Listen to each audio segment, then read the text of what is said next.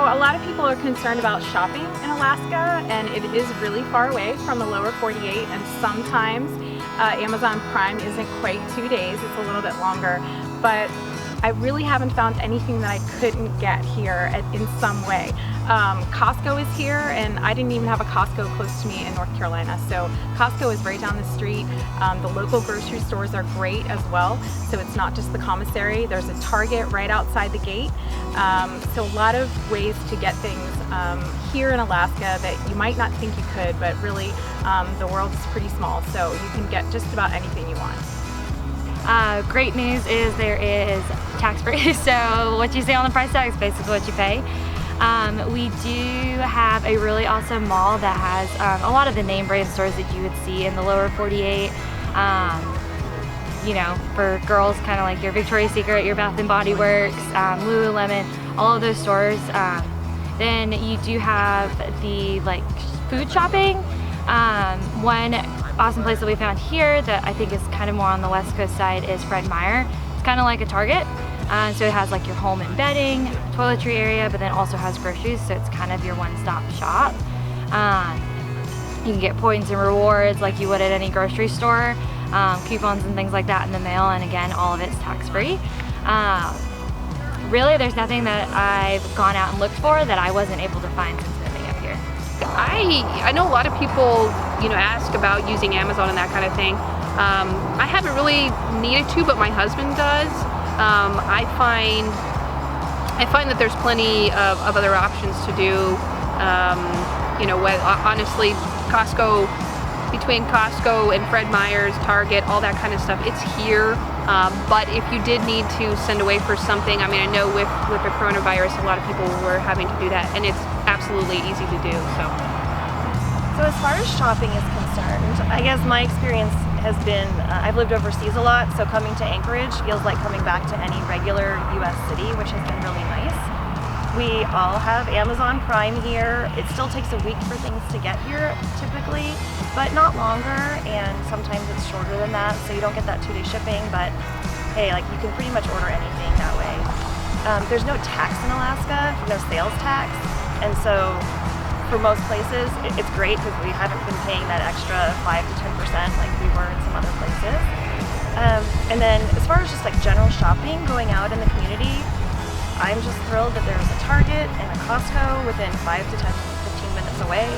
Then you have craft stores and lots of other types of grocery stores that even natural and health stores, organic stores, Asian grocery stores, all within about a 20-minute drive at the most, I would say. And then downtown, there's a nice mall with a Nordstrom in it if you're interested in something like that. It's called the Fifth Avenue Mall. And then there's a Midtown Mall and a Northway Mall that have some smaller stores. We have a Lowe's right outside the gate, along with Target and a Starbucks, and a movie theater that's fantastic. We have an Ulta beauty store right outside the gate in that same shopping district. So, literally, you can walk out the gate and you could do that if you were to park there. And then I think you just see a lot of the typical stores that you would anywhere in the country around Alaska, furniture stores or specialty stores, boutiques, secondhand stores, things like that. So I haven't felt too deprived here as far as what I could find. There are nice restaurants. You'll find a variety of things. So it's been pretty good for us here. As military, we can't travel with a ton of stuff. It's easier if we dump what we don't need and so on.